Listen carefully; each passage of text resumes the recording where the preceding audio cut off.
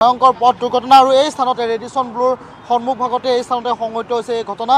এখন school bus আৰু সেই স্কুল বাছখনে আহি এই স্থানতে ৰখিছিল আৰু চাইডত স্কুটিৰে আহিছিলে দুই সন্তান লৈ পেলাই অভিভাৱকগৰাকী আৰু এই স্থানতে সংঘটিত হৈছে এই ভয়ংকৰ দুৰ্ঘটনা। স্থানীয় লোকসকল আছে, তেখেতসকলৰ সৈতে আমি কথা পাতিম কেনেকৈ এই দুৰ্ঘটনা কেতিয়া হৈছিলে, কেনেকৈ হৈছিলে, তাত দেখিছিলে কেনেকৈ, কিমান সময়ত হৈছিলে এই ঘটনাটো?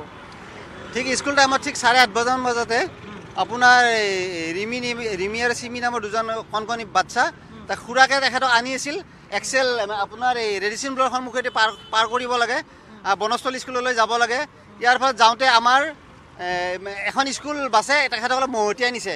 এতিয়া খুৰাকজন মানে সংকটজনক অৱস্থাত এক্সেল কেয়াৰ হস্পিটেলত ভৰ্তি হৈ আছে আৰু বাচ্চা দুটা আছে আকাংক্ষা হস্পিটেলত ৰেডিসন ব্লুৰ ওচৰতে।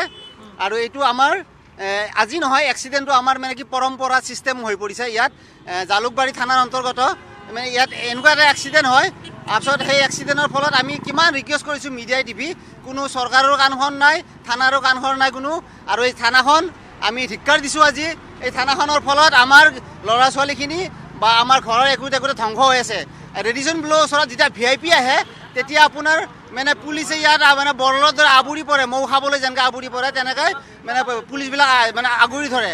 আৰু ঠিক যেতিয়া এইখন 6-7খন গাঁৱৰ মানুহ ইয়াত পাৰ হৈ এইফালে আপদান কৰে, প্লাছ লগতে আপোনাৰ মাৰ্কেট আছে, স্কুল আছে, পাণ্ডু কলেজৰ পৰা বিভিন্ন সংস্থা আছে, এইফালৰ পৰা যিমান মানে কি মানে আচৰিত। আৰু এইফালে এই হাইৰত 38 নম্বৰ ৰাষ্ট্ৰীয় ঘাইপথত আপোনাৰ কিছুমান গাড়ী এনেকৈ যে বন্দুকৰ গুলি যোৱাতে ট্ৰাফিকৰ ছিগনেলো মানে তেখেতসকলে কাণ খান নকৰে।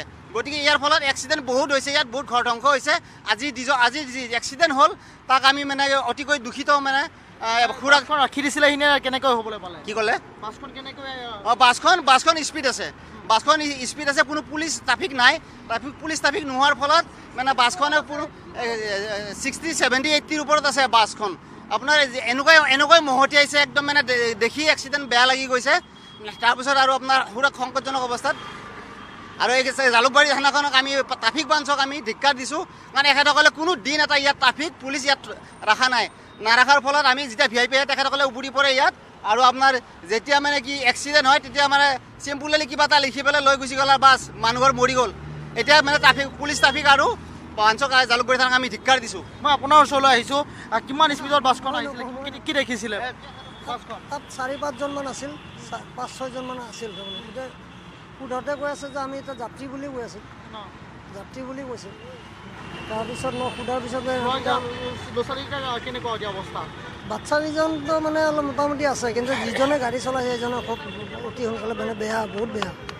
মই আপোনাৰ ওচৰলৈ আহিছোঁ, কেনেধৰণে ঘটনাটো ঘটিলে বা এইটো সঘনাই সংঘটিত হৈ আছে? ৰাতিপুৱা স্কুল টাইমত স্কুল বাছ এখনে আহি পেলাই প্ৰচণ্ড বেগত আহিছে, আহি পেলাই আমাৰ স্থানীয় ব্যক্তি এজনৰ মানে কণখন শিশু দুটিক লৈ আহিছিল স্কুলত থ'বলৈ।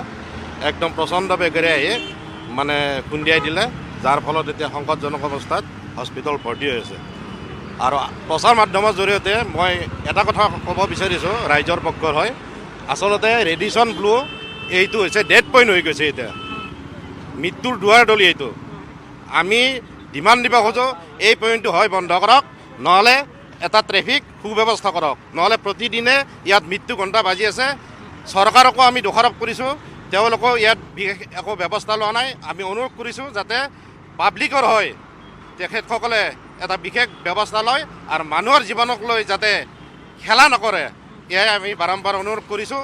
আৰু অতি শীঘ্ৰে ভাল ট্ৰেফিক ব্যৱস্থাৰ ইয়াত পৰিৱেশন হওক, নহ'লে পাব্লিক যাবিবলগীয়া কথা বেয়া হৈ যাব। শিশুকেইটাৰ অৱস্থা কেনেকুৱা? কিবা যথেষ্ট সংকটজনক। তেখেতে বাছখন কিয় একো ৰখিব চাইছিলে নে মানে পাৰ হ'ব বিচাৰিছিলে? যিখন স্কুটিত লৈ আহিছিল গাৰ্জেনে সেইখনৰ কোনো ভুল নাই, যথেষ্ট সম্পূৰ্ণ ভুল স্কুল বাছখনৰ। এই স্থানতে সংঘটিত হৈছে, মুকুটে দেখুৱাব, এই স্থানতে সংঘটিত হৈছে ৰেডিসন ব্লুৰ সন্মুখত ভাগত অৰ্থাৎ পেট্ৰল পাম্পটোৰ সমীপতে এই ঘটনা সংঘটিত হৈছে। আৰু সংকটজনক অৱস্থাত এতিয়াও ভৰ্তি হৈছে দুটাকৈ শিশু আৰু তেখেতৰ খুৰাকৰ সৈতে বিদ্যালয়লৈ আহিছিল। আৰু তেনে সময়তে এই ভয়ংকৰ দুৰ্ঘটনা সংঘটিত হৈছে। আৰু এই মুহূৰ্তত আমি দেখুৱাইছোঁ দৃশ্যাংশ, এয়া হৈছে ৰেডিসন ব্লুৰ সন্মুখ ভাগত হোৱা এই ভয়ংকৰ দুৰ্ঘটনাৰ দৃশ্যাংশ। আৰু এনেধৰণে যদি কোৱা যায় তেতিয়াহ'লে প্ৰত্যক্ষদৰ্শীয়ে কোৱা অনুসৰি বহুতো দূৰ চুঁচৰি আহি এই স্থানত আহি পৰিছেহি অভিভাৱকসহ শিশু দুটি, আৰু তেখেতক বৰ্তমান ভৰ্তি কৰা হৈছে। দাদা, কেনেধৰণে ঘটনাটো প্ৰতিবাৰে এনেধৰণৰ ঘটনা ঘটি আছে আৰু আজিও এনেধৰণৰ ঘটনা?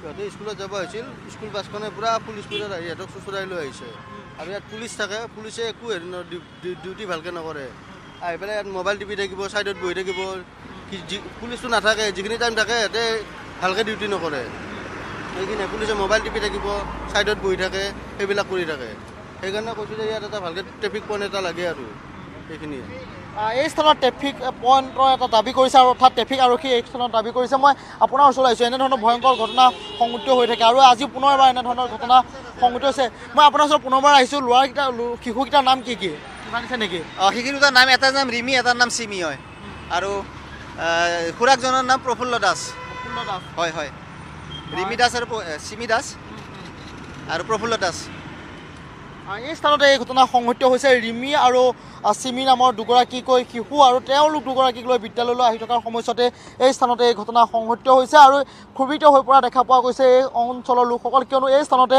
এনেধৰণৰ ঘটনা প্ৰায় সঘনাই সংঘটিত হৈ আছে আৰু তাৰ পাছতো আৰক্ষীয়ে কোনো ধৰণৰ পদক্ষেপ গ্ৰহণ কৰা নাই আৰু অতি সংকটজনক অৱস্থাত ভৰ্তি হৈ আছে তেখেতৰ প্ৰফুল্ল দাস নামৰ যিজন অভিভাৱক আৰু সেই অভিভাৱকজন লগতে ৰিমি আৰু চিমি নামৰ দুগৰাকীকৈ শিশু এই স্থানতে সংঘটিত হৈছিল এই ভয়ংকৰ দুৰ্ঘটনা আৰু তাৰ পাছতে এতিয়া আৰক্ষীৰ লোকসকল আহিছে আৰু তেখেতসকলক দুখনকৈ ব্যক্তিগত হস্পিটেলত ৰিমি চিমি আৰু প্ৰফুল্ল দাস নামৰ যিজন লোক আছে তেখেতসকলক ভৰ্তি কৰা হৈছে আৰু এই মুহূৰ্তত আমি দৃশ্যাংক দেখুৱাইছোঁ ভিডিঅ' জাৰ্নেলিষ্ট মুকুটে দেখুৱাইছে এই স্থানতে এই ভয়ংকৰ ঘটনা সংঘটিত হৈছে আমি য'ত দুৰ্ঘটনা সংঘটিত হৈছে সেই দৃশ্যাংক দেখুৱাবলৈ অনুৰোধ কৰিছোঁ বহু সময় ধৰি চুঁচৰি আহিল আৰু তাৰ পাছতে এই স্থানতে এই ভয়ংকৰ দুৰ্ঘটনা সংঘটিত হৈছে আৰু তেখেত দুয়োগৰাকীকে ইতিমধ্যে দুখনকৈ ব্যক্তিগত হস্পিটেলত ভৰ্তি কৰা হৈছে সাধাৰণ লোকসকলৰ সৈতে পুনৰবাৰ আমি কথা পাতিবলৈ চেষ্টা কৰিম এনেধৰণৰ ঘটনা সংঘটিত হৈ আছে পুনৰ ভয়ংকৰ দুৰ্ঘটনা দুটিকৈ শিশু হৈছে কেনেধৰণে হৈছিলে ঘটনাটো বাৰু চব যেনেকৈ হয় আজি নহয় প্ৰায় কণ্টিনিউ হৈয়ে আছে ঠিক আছে